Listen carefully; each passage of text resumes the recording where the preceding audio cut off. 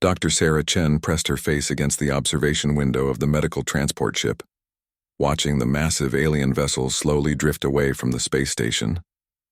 The Zephyrian ship looked like a crystal cathedral floating in the void, its translucent walls pulsing with soft blue light. But something was wrong. Instead of the usual graceful departure, the ship seemed to be fleeing. "They just left it behind," whispered Lieutenant Marcus Webb, standing beside her. "No warning, no explanation. Just dumped it in Cargo Bay 7 and ran." Sarah had been working as a field medic for the Galactic Medical Corps for 8 years, but she had never seen anything like this. The Zephyrians were known throughout the galaxy as one of the most advanced civilizations. They were master geneticists capable of creating and modifying life forms with incredible precision. Their bioships were living creatures grown rather than built. Their cities were vast organisms that breathed and pulsed with life, but they were also cold, emotionally distant. They viewed other species as interesting specimens rather than equals. Humans had been trying to establish proper diplomatic relations with them for decades, with limited success. What exactly did they leave behind? Sarah asked, though she suspected she already knew. The emergency call had been urgent but vague. A sick alien creature abandoned by its owners. The station's medical team was requesting immediate assistance from someone with xenobiology experience. Marcus checked his tablet. According to the manifest, it's something called a Velkin. The Zephyrians classify it as a companion animal, but the size readings suggest it's bigger than a horse, maybe closer to an elephant. Sarah felt a familiar mix of excitement and nervousness. She had always been drawn to the unknown, the challenging cases that other medics avoided. During her training on Earth, she had specialized in treating exotic animals. Lions, tigers, even a few dragons from the European preserve. But an alien creature was something entirely different. The corridor leading to Cargo Bay 7 was eerily quiet. Usually the space station buzzed with activity. Traders, diplomats, tourists, and workers from dozens of different species moved through the halls at all hours. But word had spread quickly about the abandoned creature, and most people were staying away. "The station's security chief wants to space it," Marcus said quietly as they walked. "Claims it might be carrying some kind of plague. That's why the Zephyrians fled." "Over my dead body," Sarah replied firmly. "Every living creature deserves medical attention, regardless of what species it is or where it came from." They reached the heavy blast doors of Cargo Bay 7. A small crowd had gathered outside. Sarah recognized Dr. Yamamoto, the station's chief medical officer, along with several security guards and a few curious onlookers. Everyone was wearing full environmental suits, their faces hidden behind reflective visors. "Sarah, thank goodness you're here," Dr. Yamamoto said through the comm system. "We've been monitoring it for 3 hours, but none of us know how to approach this safely. What are we dealing with?" Sarah asked, accepting an environmental suit from one of the guards. "See for yourself," Dr. Yamamoto replied, activating the bay's observation cameras. The main screen flickered to life, and Sarah gasped. The creature lying in the center of the cargo bay was magnificent and heartbreaking at the same time. It looked like a cross between a massive tiger and a dragon, with sleek black fur marked by silver stripes. Its body was roughly the size of a small spacecraft, perhaps 30 feet from nose to tail. But it was clearly dying. The creature's breathing was labored and irregular. Its beautiful fur was matted and dull. Most disturbing of all, Sarah could see movement beneath its skin. Something was crawling around inside the poor animal, creating visible bulges that shifted and writhed. "The parasites are massive," Dr. Yamamoto explained. "Our scans suggest they're about the size of pythons, and there are dozens of them, maybe hundreds. The creature's organs are being systematically destroyed." Sarah studied the readings on her tablet. The creature's vital signs were all wrong. Heart rate too fast, temperature too high, blood chemistry completely out of balance. Whatever these parasites were, they were killing their host slowly and painfully.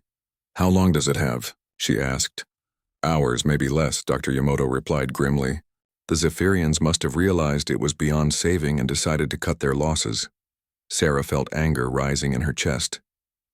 The idea of abandoning a sick animal was repulsive to her, but she also understood the practical concerns.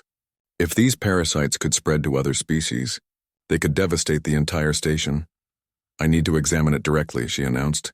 "Absolutely not," said Commander Torres, the station's security chief. His voice was sharp with authority. "We don't know if these parasites can jump to humans. You could be exposing yourself to a deadly infection." That's exactly why I need to get close, Sarah replied calmly. Remote scans can only tell us so much. If we're going to help this creature, I need to understand what we're dealing with. She began putting on the environmental suit, checking each seal carefully. The suit was designed to protect against the vacuum of space, but it would also provide protection against biological contaminants. Probably. This is insane, Marcus muttered. Sarah, we don't even know if this thing is intelligent. It might just be a sophisticated pet. Is it really worth risking your life? Sarah paused in her preparations. It was a fair question. The creature could be nothing more than an exotic animal, no more aware than a dog or cat. But as she looked at the screen again, she noticed something that made her heart skip. The creature's eyes were open and they were looking directly at the camera. There was an intelligence there, a desperate awareness that chilled her to the bone. Look at its eyes, she said softly. That's not an animal. That's a person. The others crowded around the screen. The creature's eyes were large and golden, with vertical pupils like a cat's. But there was something unmistakably sentient about the way it looked at the camera. It knew it was being watched. It knew it was dying, and it was afraid. Even if it is intelligent, Commander Torres said, we can't risk contaminating the entire station. I'm sorry, but my first responsibility is to the 60,000 people who live and work here. Sarah finished sealing her suit and picked up her medical kit. Then we'd better work fast, she said, heading toward the bay's airlock. Because I'm not letting anyone die on my watch, human or otherwise. As the airlock cycled, Sarah tried to calm her racing heart. She had treated everything from gunshot wounds to exotic diseases. But this was different. This was first contact medicine, and she was flying blind. One mistake could kill not only the creature, but potentially thousands of others. The inner door opened, and Sarah stepped into Cargo Bay 7 to meet her patient. The cargo bay was vast and cold, designed to hold entire starships during maintenance. Emergency lighting cast long shadows across the metal floor, making the space feel like a cathedral of steel and darkness. In the center of this mechanical wilderness lay the dying creature, and Sarah felt her breath catch as she approached. Up close, the Velkin was even more magnificent than the cameras had shown. Its fur was midnight black with silver stripes that seemed to shimmer with their own light. Each paw was the size of a dinner table, ending in retractable claws that could probably slice through starship hull plating. But those claws were now dull and cracked, and the creature's breathing was a harsh whistle that echoed through the bay. Easy there, Sarah whispered, though she had no idea if the creature could understand her words or even hear her through the environmental suit. I'm here to help. The golden eyes tracked her movement as she circled slowly, looking for the best approach. The parasites beneath the skin were even more disturbing in person. They moved like living ropes, creating ripples across the creature's flanks. Some were as thick as her arm, others smaller but no less disgusting. Sarah activated her comm unit. Dr. Yamoto, I'm going to need a complete bioscan suite brought down here. And see if you can find any information about Velkin physiology in the databases. Sarah, be careful, came the reply. We're reading massive parasitic activity. The creature's immune system is completely overwhelmed. She approached slowly, medical scanner in hand.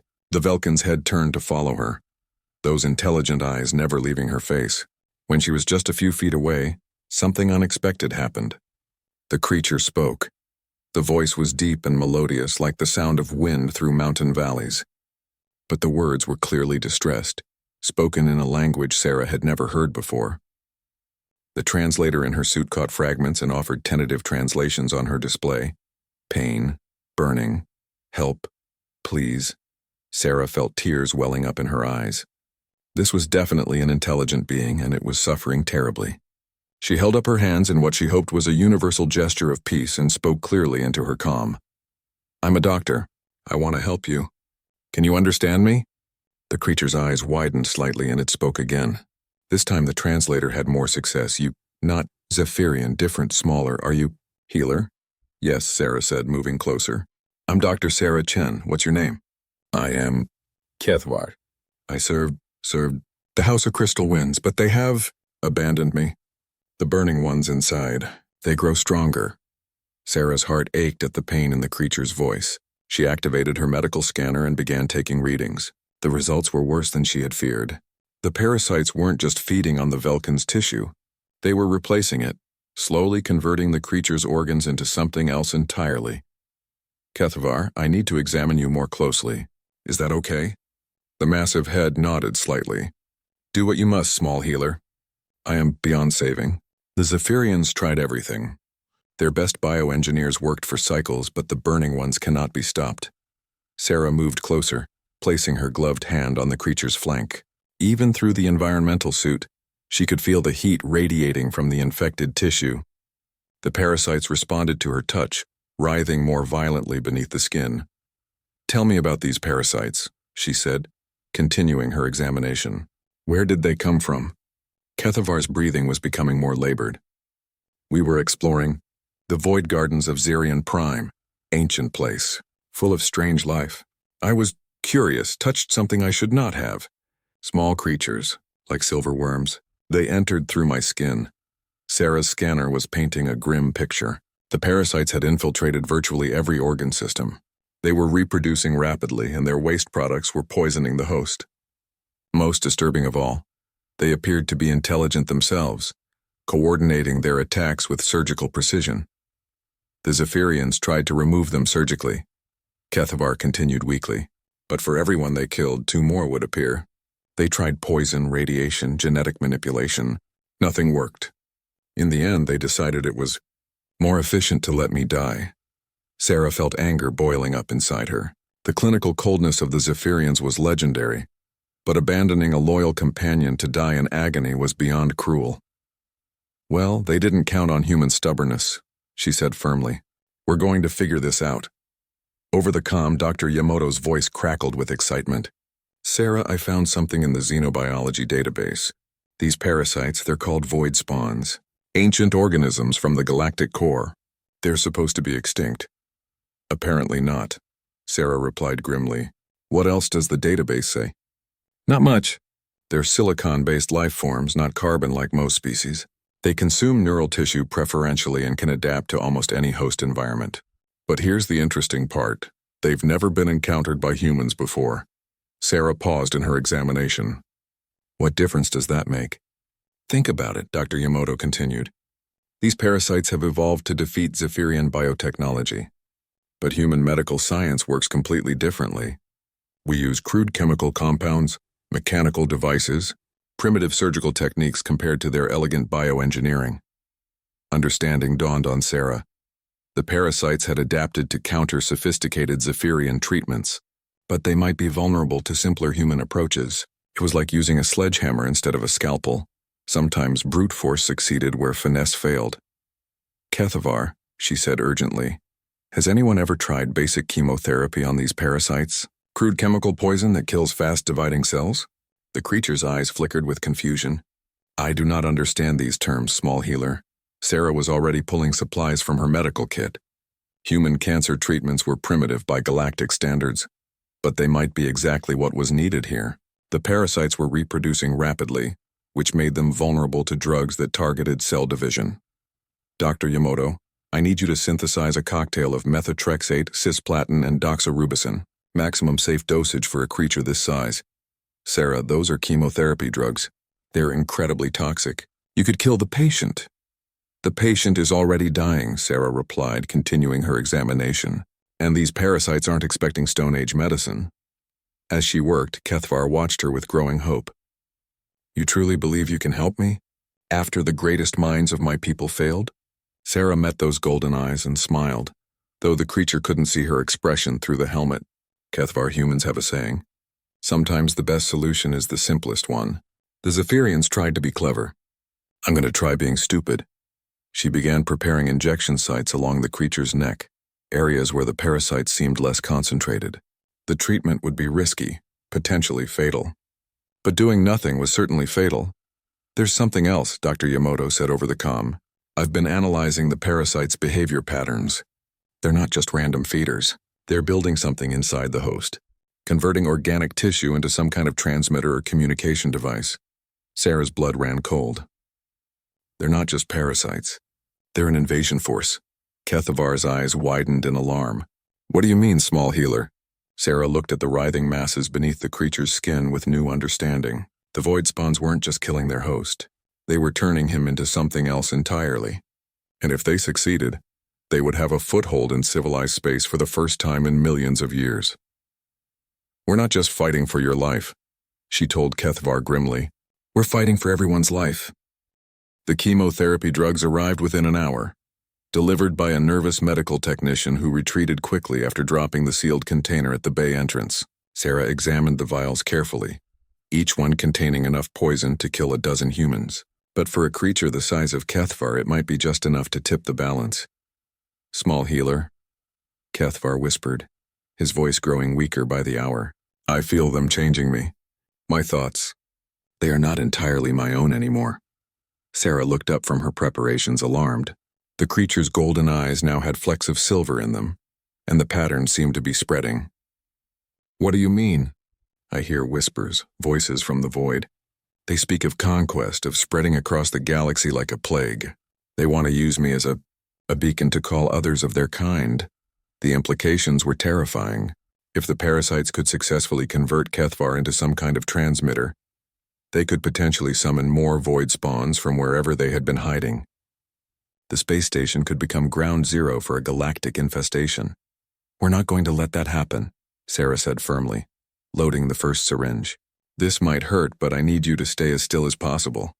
She approached Kethvar's neck where the parasites seemed less concentrated. The creature's fur was surprisingly soft beneath her gloved hands, like the finest silk. But she could feel the unnatural heat radiating from the infected tissue, and the constant writhing movement beneath the skin made her stomach turn. "Beginning treatment now," she announced over the comm. The needle was designed for large animal veterinary work, but it still looked tiny against Kethvar's massive form. Sarah found a vein and slowly injected the first dose of chemotherapy drugs. The creature flinched but remained still. At first nothing seemed to happen. Then gradually the movement beneath Kethvar's skin began to change. The parasites that had been flowing like rivers under the fur started to writhe more violently, their movements becoming erratic and desperate. "It's working." Dr. Yamoto's voice crackled over the comm with excitement. "Bioscans are showing massive die-off in the peripheral parasite populations." But Sarah could see that the treatment was taking a toll on Kethvar as well. The creature's breathing became more labored and his golden eyes began to dim. The chemotherapy was attacking the parasites, but it was also poisoning the host. "How do you feel?" Sarah asked, monitoring his vital signs carefully. "Weak," Kethvar admitted. "But the whispers, they are fainter now. The burning ones seem confused." Sarah administered the second injection, targeting a different area. This time, Kethvar couldn't suppress a roar of pain that echoed through the cargo bay. The sound was so loud and anguished that several security guards outside could be heard swearing over the comm. "I'm sorry," Sarah said, but she didn't stop. She couldn't afford to. The window of opportunity might be closing quickly. As the second dose took effect, something unexpected happened.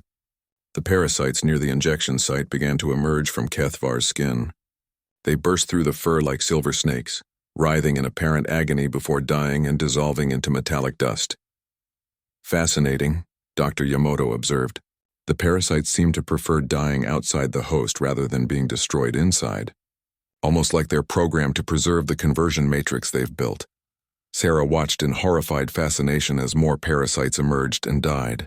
Each one was about 2 feet long and looked like a cross between a worm and a circuit board, with crystalline structures running along its length. As they dissolved, they left behind traces of strange metal that seemed to pulse with its own energy. "Kethvar, how are you doing?" she asked, preparing the third injection. The creature's voice was barely a whisper now. "Better, the voices are almost gone. But I am so tired, small healer. So very tired." Sarah could see why. The combination of parasitic infection and chemotherapy poisoning was pushing Kethvar's body to its absolute limits. His heart rate was dangerously irregular, and his temperature was spiking toward lethal levels. "Just hold on a little longer," she urged, administering the third dose. "We're winning this fight." But even as she spoke, she noticed something troubling. The parasites weren't just dying randomly. They seemed to be retreating toward Kethvar's head and chest, concentrating in the areas around his brain and heart. The ones that remained were larger and more active than before. "Dr. Yamoto, I'm seeing parasite concentration in the cranial and cardiac regions. They're regrouping." "That makes sense," came the reply. "If they're trying to complete the conversion process, They'd need to control the host's central nervous system and circulatory system. Sarah realized with growing horror that the parasites were making a final, desperate attempt to complete their mission. If they succeeded in taking control of Kethvar's brain and heart, he would become their puppet, and the chemotherapy would be unable to reach them in time. "I need to get closer to the primary infection sites," she announced, moving toward Kethvar's massive head. "Sarah, that's incredibly dangerous." Marcus's voice came over the comm. "If those parasites can jump to human hosts—" "They can't," Sarah replied with more confidence than she felt. "They're silicon-based. They need compatible neural architecture. Human brains are probably too primitive for them to interface with." She hoped she was right. Moving closer to Kethvar's head, she could see the creature's eyes more clearly. The silver flecks were spreading rapidly, and she could actually see movement behind the pupils. The parasites were trying to invade his brain directly. "This is going to be the most important injection," she told Kethvar. "I need to get the drug directly into your cranial blood supply. It's going to hurt terribly." Kethvar's response was barely audible. "Do it. I would rather die as myself than live as their puppet." Sarah found the major artery leading to the creature's brain and carefully inserted the needle. This dose was different from the others, a concentrated cocktail designed to cross the blood-brain barrier and destroy any parasites that had made it into the neural tissue. The reaction was immediate and violent. Kethvar's entire body convulsed and a sound like breaking glass filled the cargo bay. The silver flecks in his eyes began to dissolve, and parasites started emerging from his ears and nostrils, dying as soon as they hit the air. "Neural activity is normalizing," Dr. Yamato reported. "Brain scans show massive parasite die-off in the cranial region." But Sarah wasn't finished. The heart was still heavily infected, and the parasites there would be the most dangerous of all. If they managed to take control of Kethvar's circulatory system, they could pump their offspring throughout his body faster than the chemotherapy could kill them. "One more injection," she told the barely conscious creature. "The last one." Finding the main cardiac artery was tricky on an alien species, but Sarah's training with exotic animals served her well. She located the massive vessel and carefully inserted the needle, injecting the final dose directly into Kethvar's heart. The result was spectacular and terrifying. The creature's chest erupted as hundreds of parasites burst through the skin, writhing and dying in silvery puddles around his body. The sound was like metal being torn apart, and the sight was something out of a nightmare. But when it was over, Kethvar's breathing had stabilized. The unnatural heat was fading from his body, and the constant writhing beneath his skin had stopped. "Bioscans are clear," Dr. Yamato announced in amazement. "No detectable parasite activity." "Sarah, you did it. You actually did it." Sarah sank to her knees beside Kethvar's massive head, exhausted but triumphant. The creature's eyes were clear now, the golden color restored and free of silver contamination. "Small healer," Kethvar whispered. "You have saved not just my life but my soul. How can I ever repay such a debt?" Sarah smiled, though he couldn't see it through her helmet. "Just get better. That's payment enough." But as she looked around at the dissolved remains of hundreds of parasites covering the cargo bay floor, she realized their victory might have come at a cost. The metal residue was still pulsing with energy, and she had no idea what kind of signal it might be sending into the void. 3 days after the treatment, Kethvar was sitting upright in the cargo bay, his golden eyes bright and alert. The massive creature had recovered faster than anyone thought possible, though he was still weak from the ordeal. Sarah visited him every few hours, monitoring his progress and marveling at his remarkable healing ability. "Your species recovers quickly," she observed, checking his vital signs with a portable scanner. "Velkins are hardy people," Kethvar replied, his voice much stronger now. "We were bred for survival in harsh environments. But I think your primitive medicine worked because it was so direct. The Zephyrians always try to be elegant in their solutions. Sometimes a hammer works better than a precision tool." Sarah laughed. "That's essentially what Dr. Yamato said. We're calling it the sledgehammer approach to xenoparasitology." But their celebration was premature. Dr. Yamamoto's voice crackled over the comm system with urgent news. "Sarah, we need you in the main lab immediately. We've got problems." She found Dr. Yamamoto hunched over a bank of monitoring equipment, his face pale with worry. Multiple screens showed readings that made Sarah's heart sink. "The parasite residue," Dr. Yamamoto explained without preamble. "It's not just dead tissue. It's some kind of quantum transmitter. We've been detecting subspace signals since yesterday, but we couldn't decode them until now. What kind of signals? Sarah asked, though she suspected she already knew.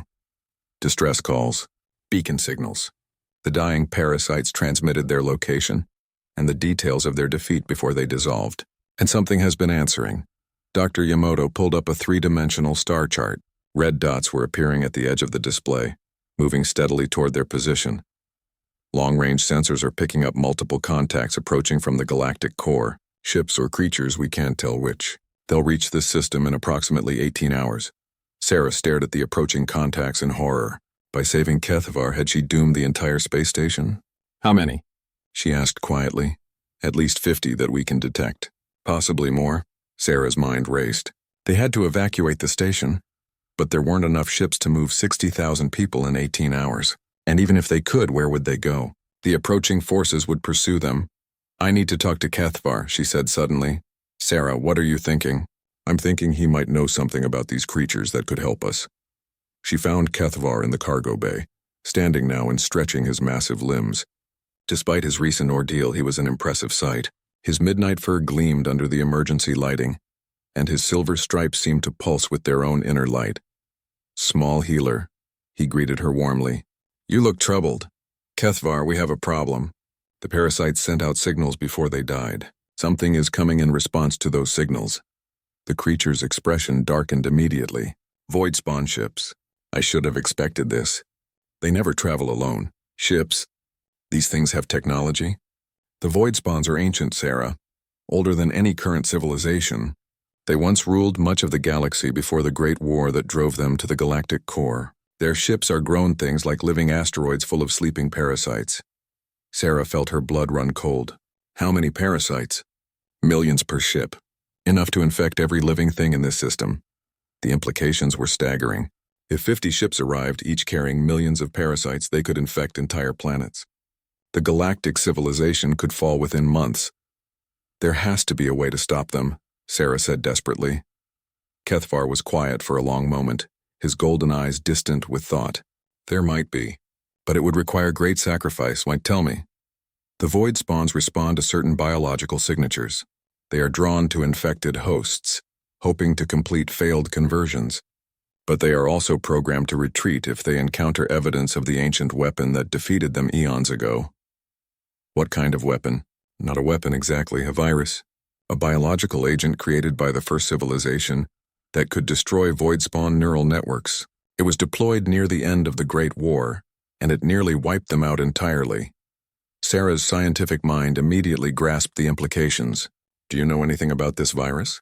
Its structure, its method of action? Only legends. But the stories say it was based on the immune system of a species that had successfully fought off void spawn infection. A species that could metabolize silicon-based organisms and convert them into harmless compounds. Understanding dawned on Sarah like a lightning strike. Humans. The virus was based on human biology. Kethvar stared at her in amazement. You believe your species created this weapon? No, Sarah said, her mind racing with possibilities. But we might be descendants of the species that did. Think about it. Humans are the only carbon-based species that can safely consume silicon-based compounds. Our digestive systems can break down glass, crystal, even some metals, and our immune systems are incredibly adaptable. She was already pulling up human genetic data on her tablet, cross-referencing it with what they knew about the void spawn's defeat. The pattern was becoming clear. Kethvar, I need to ask you something important. When the parasites were inside you, did they try to interface with your immune system? Yes. They were constantly adapting to overcome my body's defenses. Why? Because I think I know how to stop the approaching ships, but I'm going to need your help. Over the next several hours, Sarah worked feverishly in the medical lab while Kethvar provided biological samples and helped her understand Velkan physiology. Her plan was ambitious and dangerous, but it might be their only hope. The key was in the interaction between human antibodies and void spawn neural tissue. When Sarah had injected the chemotherapy drugs into Kethvar, trace amounts of human biological material had been introduced along with the medication. Her own DNA, her antibodies, even microscopic amounts of her blood. The parasites had tried to adapt to these foreign compounds, but they had failed catastrophically. Human biology was simply too alien for them to understand or counter. More importantly, the human immune response seemed to be specifically designed to target silicon-based neural networks. It's like we evolved to fight these things, Sarah mused as she worked. Or were descended from people who did. The first civilization, Kethvar agreed. The legends say they spread across the galaxy before vanishing mysteriously. Perhaps they didn't vanish. Perhaps they simply evolved. Sarah was synthesizing a modified version of human immune factors, designed to be rapidly transmitted through biological contact. If her theory was correct, exposure to this compound would cause the void spawn's neural networks to collapse, just as the ancient virus had done millions of years ago. But there was a problem. To be effective, the compound would need to be introduced directly into the approaching ships. Someone would have to get close enough to deploy it manually. "I'll do it," Kethvar said when she explained the situation. "I am still partially infected with their neural markers. I can approach their ships without triggering their defenses." "It's a suicide mission," Sarah protested. "You'd never make it back." "Perhaps. But you saved my life, small healer. Now I can use that life to save others." Sarah looked at the noble creature and felt tears streaming down her face. "There has to be another way." "There is," Kethvar said gently. "But it requires trusting in human adaptability one more time." He was looking at her with those wise golden eyes, and Sarah suddenly understood what he was suggesting. "You want me to come with you? Your presence would make the compound far more effective. And human ingenuity might find solutions that I cannot see." Sarah looked at the approaching red dots on the scanner. In 12 hours they would arrive. The fate of the galaxy might depend on a half-dead alien creature and a human medic flying directly into the heart of an ancient evil. "When do we leave?" she asked. The modified shuttle was barely large enough to hold Kethvar, even with all the passenger seats removed. Sarah sat in the pilot's chair, her hands trembling slightly as she ran through the pre-flight checks. Behind her, the massive Velkin was, curled up as tightly as possible, but his presence still filled most of the available space. "Are you certain about this plan?" Commander Torres asked over the comm. His voice was tense with barely controlled anxiety. "No," Sarah replied honestly. "But it's the best chance we have." The shuttle's cargo hold contained 30 specialized dispensers, each one filled with the synthesized human immune compound. If her theory was correct, exposure to this biological agent would cause the void spawn neural networks to cascade into fatal system failure. But theory and practice were often very different things. "Launch in T-minus 60 seconds, came the announcement from station control. Sarah looked back at Kethvar, who was remarkably calm considering they were about to fly into almost certain death. "Any last-minute advice about dealing with void spawn ships?" "Do not let them touch you," Kethvar replied seriously. "Their hulls are covered with sensor tentacles that can inject parasites through any break in your environmental suit. And remember, they are not truly ships in the way you understand. They are living creatures as intelligent as any person you have ever met." "Great. So we're about to poison 50 intelligent beings to death. To save billions of others, yes." Kethvar's golden eyes were sad but determined. "Sometimes there are no good choices, small healer. Only necessary ones." The shuttle launched smoothly, accelerating away from the space station toward the approaching contacts. Sarah had never piloted anything larger than a medical transport, but the controls were intuitive enough. The hard part would come when they reached their destination. "Long-range sensors show the lead ships are beginning to slow," Dr. Yamoto reported from the station. "They're probably preparing to deploy parasites." Through the shuttle's main viewport, Sarah could see the enemy fleet as tiny points of light against the star field. As they got closer, the points resolved into shapes that made her stomach churn with revulsion. The void spawn ships were horrible to look at. They were roughly spherical, but their surfaces were covered with writhing tentacles and pulsing organs that glowed with sickly bioluminescence. Each ship was about the size of a small moon, and they moved through space with undulating motions that seemed almost organic. "They're beautiful in a terrible way," Sarah whispered. "Beautiful and deadly," Kethvar agreed. "Each of those ships contains enough parasites to infect an entire star system, and now they know that someone has developed a weapon against them." As they approached the fleet, Sarah's comm system began picking up transmissions. The void spawns were communicating with each other in a language that sounded like breaking glass mixed with electronic static. Her universal translator couldn't make sense of most of it, but occasional phrases came through clearly. Failed conversion, quantum signature detected, eliminate threat source. They know we're coming, Sarah said, her hands tightening on the controls. Of course they do, but they also think I am one of their converted agents returning home. The parasites they left in my system are still transmitting identification codes. Several of the massive ships began changing course to intercept them. Sarah felt her heart racing as the nearest void spawn vessel grew larger and larger in the viewport. Up close, it was even more horrifying. The surface was covered with what looked like giant eyes, all of them tracking the approaching shuttle. Incoming transmission, the computer announced. A voice filled the cabin, speaking in the same glass and static language as before, but this time the translator managed to decode most of it. Converted Agent Keithvar. Report status of infection process. Why do you approach in primitive vessel? Sarah looked at Keithvar desperately. How are they supposed to fool creatures this intelligent? Keithvar spoke into the comm, his voice calm and measured. Conversion incomplete. Required primitive technology to approach safely, bringing additional biological samples for analysis. There was a long pause. Sarah could almost feel the alien intelligences on the other end of the transmission analyzing every word.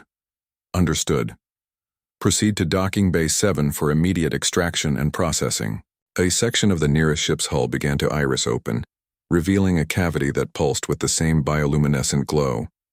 Sarah had to fight down waves of nausea as she piloted the shuttle toward the opening.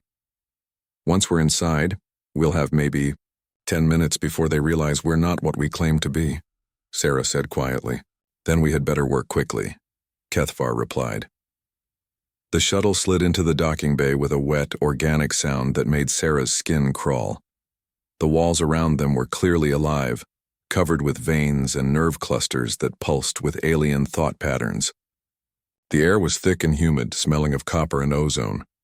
Environmental readings are unusual, Sarah observed, checking her instruments. High nitrogen content, lots of electromagnetic interference, and the gravity is about twice Earth normal. Void spawn ships modify their internal environment to suit their needs, Keithvar explained. They prefer high pressure and electrical fields that would kill most organic life. Sarah began loading the biological dispensers into a portable deployment system. Each dispenser was about the size of a coffee mug, designed to release its contents in an aerosol cloud that would spread rapidly through the ship's atmospheric systems. Movement in the corridor, Keithvar warned. Through the shuttle's rear viewport, Sarah could see shapes approaching. They looked like metallic spiders the size of dogs, but their movements were too fluid and purposeful for simple robots. These were void spawn drones, probably coming to escort them to the ship's central processing area. Converted Agent Keithvar, came a new voice over the comm. Exit your vessel for biological assessment. This is it, Sarah said, sealing her environmental suit and checking her weapons. She had brought a military-grade plasma rifle, though she doubted it would be much use against creatures that had survived since the dawn of galactic civilization. They opened the shuttle's rear hatch and stepped into the alien environment. The gravity hit Sarah like a physical blow, making every step an effort. But Keithvar seemed unaffected, moving with his usual grace despite his recent illness. The drone creatures approached them with mechanical precision.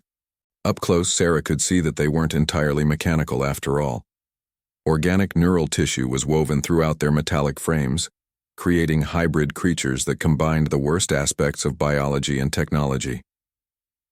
Follow for processing, one of the drones commanded in perfect galactic standard. They moved through corridors that seemed to pulse with their own heartbeat. The walls were lined with chambers containing sleeping forms, thousands upon thousands of parasites waiting to be deployed. Sarah tried not to think about what would happen if even a fraction of these creatures reached populated worlds. The central neural nexus should be just ahead, Keithvar whispered. That's where we need to deploy the compound for maximum effect. But as they rounded a corner, they came face to face with something that made Sarah's blood run cold. Standing, in the corridor ahead was a figure that had once been humanoid, but was now a horrifying fusion of flesh and metal. Void-spawn neural cables ran through its skull like electronic hair, and its eyes glowed with the same sickly light as the ship's walls. "I am the ship mind," the creature said in a voice like grinding gears. "You will now be integrated into our collective consciousness. Resistance is futile and will only cause unnecessary pain." Sarah looked at the biological dispensers in her pack, then at Kethvar. They had come too far to fail now. "Actually," she said, pulling the pin on the first dispenser, "I think you're the ones who should be worried about integration." She threw the device directly at the shipmind's feet. The creature looked down in confusion as the dispenser exploded in a cloud of synthesized human immune factors. The effect was immediate and dramatic. The shipmind screamed as its neural cables began to smoke and spark. The organic components of its body started to convulse as the human antibodies attacked the void-spawn neural tissue. "Deploy all dispensers," Sarah shouted, as alarm signals began blaring throughout the ship. But they had underestimated how quickly the void spawns would react to this new threat. The ship around them began to convulse as the human immune compound spread through the atmospheric systems. Emergency lights flashed in alien colors and a sound like screaming metal echoed through the corridors. But instead of collapsing as Sarah had hoped, the void spawn ship seemed to be adapting. "The neural networks are isolating infected sections," Kethvar observed as they ran deeper into the ship. "They're amputating their own consciousness to prevent total system failure." Behind them, the ship mind was writhing on the floor. But it wasn't dead. The creature was systematically destroying its own infected neural tissue and regrowing new connections that seemed immune to the human antibodies.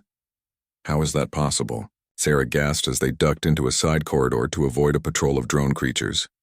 "The void spawns have had millions of years to perfect their survival techniques," Kethvar replied grimly. "They can adapt to almost any threat given enough time." More dispensers exploded throughout the ship as Sarah triggered them remotely, but the effect was diminishing with each deployment. The void spawns were learning to counter the human immune factors in real time. "We need to reach the core consciousness," Kethvar said urgently. "If we can deliver the compound directly to the central brain, they won't have time to adapt." They fought their way through corridors that seemed to shift and change around them. The ship was actively trying to trap them, extending walls to block their path and opening pits in the floor. Several times they had to blast through barriers with Sarah's plasma rifle, leaving behind smoking holes that immediately began to regenerate. "This way," Kethvar called, leading them down a passage that pulsed with intense bioluminescence. They emerged into a vast chamber that took Sarah's breath away. The room was spherical and easily 100 meters across, with walls that were covered in a complex network of organic computers. But at the center of the space, suspended in a web of neural cables, was something that defied description. The core consciousness looked like a massive brain, but it was clearly artificial, a hybrid creation of flesh and crystal that pulsed with thoughts too alien for human comprehension. Thousands of neural pathways connected it to every system on the ship, allowing it to control millions of parasites with perfect coordination.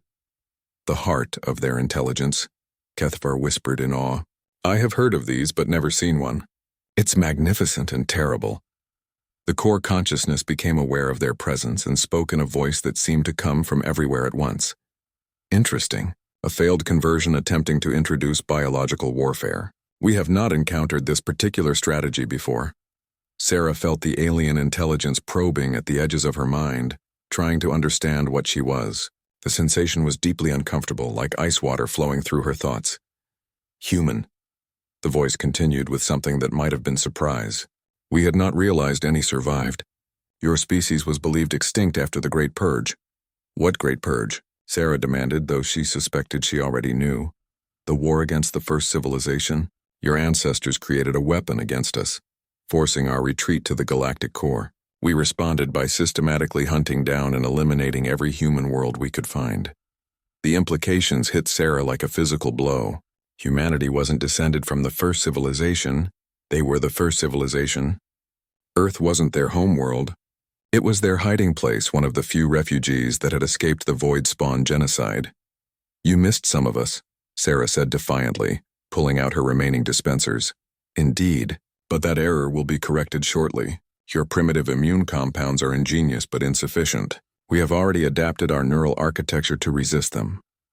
To prove its point, the core consciousness deliberately exposed itself to the aerosol from one of Sarah's dispensers. The human antibody struck its surface and simply dissolved harmlessly. However, the alien intelligence continued, "Your biological template will be useful for creating improved parasites. We thank you for bringing yourself directly to us." Neural cables began descending from the ceiling, reaching towards Sarah with obvious intent. But before they could touch her, Kethvar leaped forward with a roar that shook the entire chamber. The massive Velkin crashed into the web of cables, his claws tearing through the organic machinery with devastating effect. Sparks and alien blood flew as he fought his way toward the core consciousness itself. "Kethvar, no," Sarah shouted. "You'll be killed." "Perhaps," he replied, continuing his assault. "But I will not let them harm you, small healer. You saved my life, now I save yours." The core consciousness retaliated with lightning-fast neural strikes, but Kethvar's natural resistance to psychic attacks served him well. The Velkins had been bred to hunt creatures that relied on mental domination, and his mind was naturally shielded. But the physical defenses were another matter. Defensive drones poured into the chamber, their weapons trained on the attacking Velkin. Energy beams and projectile weapons struck Kethvar from all sides, drawing alien blood and slowing his advance. Sarah realized with growing horror that her plan had failed. The human immune compound wasn't enough to stop creatures this adaptable and ancient. They were going to die here, and the Void Spawn fleet would continue on to devastate the galaxy. Then she had an idea. A desperate, probably suicidal idea. The human antibodies alone weren't sufficient, but what about a complete human immune system? What about direct biological contact with a living human? "Computer," she called to her suit's AI system. "Emergency protocol. Breach environmental seals on my command." "Warning," the AI replied. "Atmospheric conditions are lethal to human physiology. Survival time approximately 30 seconds. "I know. Do it anyway." Sarah looked at Kethvar, who was still fighting his way toward the core consciousness despite his injuries. She had maybe one chance to make this work. "Kethvar," she shouted. "Get me to the central brain." Physical contact. The Velkin understood immediately. With a final surge of strength, he grabbed Sarah in his massive jaws, gently but firmly, and leaped directly at the core. Consciousness, environmental seal breach in 3, 2, 1. Sarah's suit split open just as Kethvar pressed her against the surface of the alien brain. The lethal atmosphere hit her like acid, but she forced herself to maintain contact with the organic computer. The effect was unlike anything she had imagined. The moment her bare skin touched the core consciousness, every human antibody in her bloodstream went into overdrive. But more than that, her entire genetic code began broadcasting itself into the alien neural network. The core consciousness screamed as millions of years of human evolutionary adaptation flooded its systems. Every biological innovation, every immune response, every piece of genetic memory that had allowed humanity to survive and thrive, all of it poured into the Void Spawn's central brain at once. The alien intelligence had adapted to the synthesized antibodies, but it couldn't adapt to the entire human genome fast enough. The sheer complexity and aggressiveness of human biology overwhelmed its processing capacity. "Impossible!" The core consciousness gasped as its neural networks began cascading into failure. "How do you carry such vicious genetic imperatives?" Sarah was dying, she knew. The alien atmosphere was destroying her lungs, and her exposed skin was blistering from the hostile environment. But she could feel the enemy's defenses crumbling under the assault of human evolution. "Because," she whispered with her last breath, "humans don't just survive, we win." The core consciousness collapsed into neural static, and the ship around them began to die. But Sarah's work was not yet finished. The human genetic template was spreading through the ship's communication systems, broadcasting itself to every other vessel in the fleet. As Kethvar gently lifted Sarah's unconscious form and carried her back toward their shuttle, the Void Spawn fleet began to tear itself apart.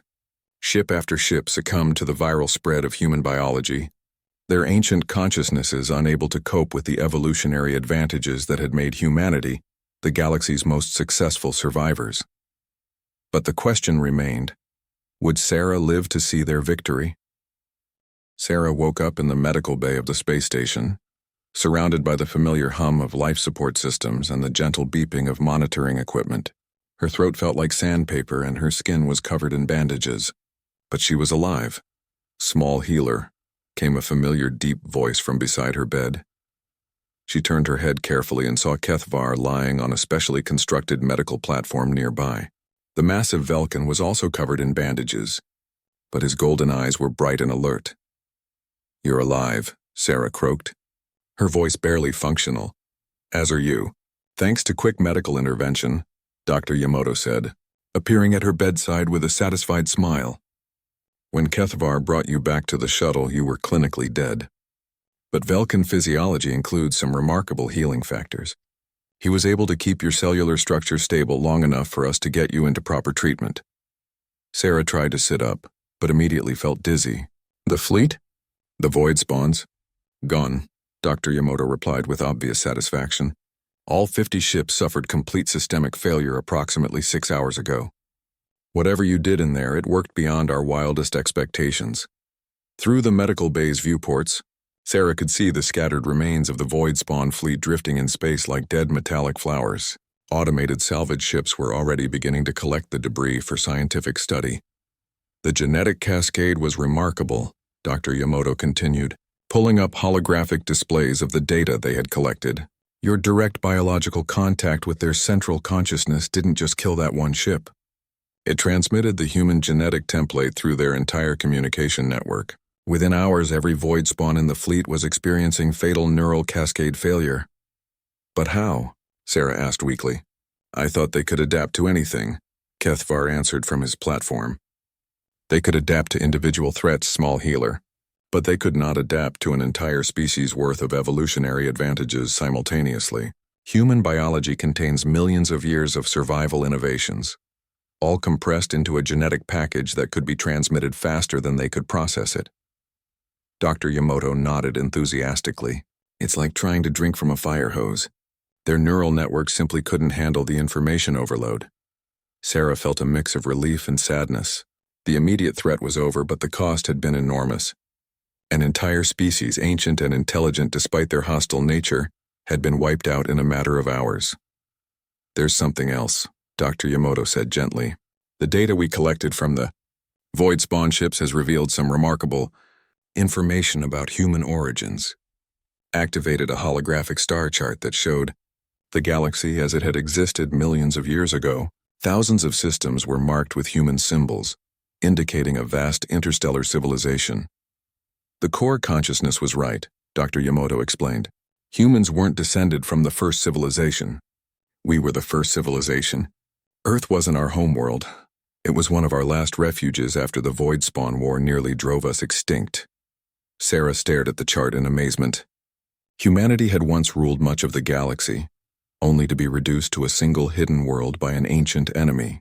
And now, millions of years later, human biology had finally completed the war their ancestors had begun. "There are other survivors," Kethvar added softly. "The void spawn data includes references to hidden human colonies throughout the galaxy. Worlds that went dark during the Great Purge and have remained isolated ever since. The implications were staggering. Humanity might not be alone after all. There could be dozens, maybe hundreds of human worlds scattered across the galaxy, all believing they were the last survivors of their species." "What happens now?" Sarah asked. Dr. Yamato's expression grew serious. "That's largely up to you. The Galactic Council has been informed of what happened here, and they're requesting a full report. More importantly, they want to know if humans are willing to share our biological advantages with other species. The immune compounds you developed could revolutionize medicine throughout the galaxy," Kethvar explained. "Many species suffer from parasitic infections that current treatments cannot cure. Human biology might be the key to saving millions of lives." Sarah considered this carefully. The idea of sharing human genetic advantages with alien species was both exciting and terrifying. There was enormous potential for good, but also for misuse. "We'll need safeguards," she said finally. "Protocols to ensure the technology isn't weaponized or used to create new parasites." "Agreed," Dr. Yamato replied. "But the potential benefits are too great to ignore. We could be looking at the beginning of a new era of galactic medicine." Over the following weeks, as Sarah recovered from her injuries, word of the human victory over the void spawns spread throughout the galaxy. Diplomatic envoys arrived daily, requesting audiences and offering alliance treaties. The space station became a hub of interstellar activity unlike anything in recorded history. But for Sarah, the most important visitor was the one who arrived exactly 1 month after the battle. Ambassador Zethvari of the Zephyrian Empire was everything Sarah had expected from his species. Tall, crystalline, and coldly beautiful. But there was something different in his manner as he approached her in the station's diplomatic suite.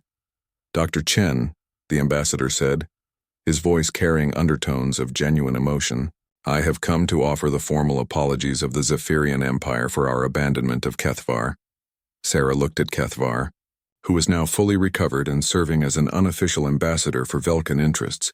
The massive creature's expression was carefully neutral. "We believed the situation was hopeless," Ambassador Zethvari continued. "Our finest bioengineers had exhausted every possible solution. In our culture, it is considered merciful to allow the suffering to die with dignity, rather than prolonging inevitable death. But you didn't ask Kethvar what he wanted," Sarah pointed out. "No, we did not, and that was our error." The ambassador turned to face Kethvar directly. "Old friend, will you accept our apology and return to your rightful place in the House of Crystal Winds?" Kethvar was quiet for a long moment, his golden eyes thoughtful. "I thank you for the offer, Zethvari, but I have found a new purpose. Dr. Chen has asked me to serve as her partner in establishing the Galactic Medical Corps' new Xenobiology division." Sarah smiled. She had indeed offered Kethvar the position, hoping to combine his knowledge of alien species with her medical expertise.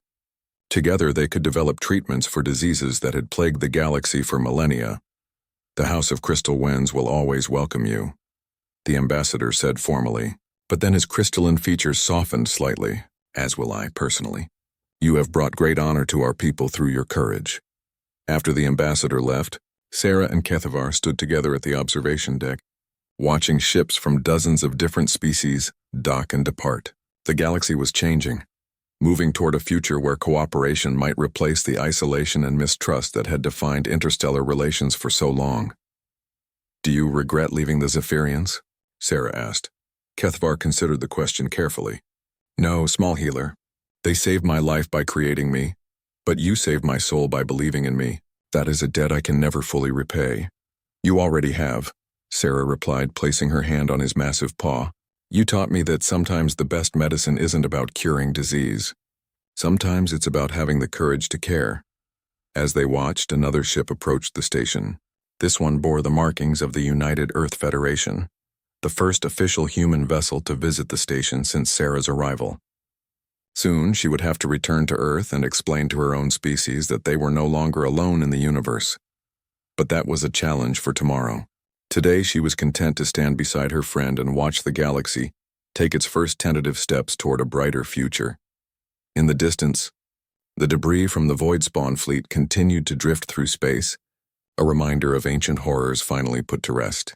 But more importantly, it was proof that even the darkest threats could be overcome when different species worked together with courage, compassion, and the uniquely human refusal to give up hope. The war that had begun millions of years ago was finally over, and from its ashes, a new chapter in galactic history was about to begin.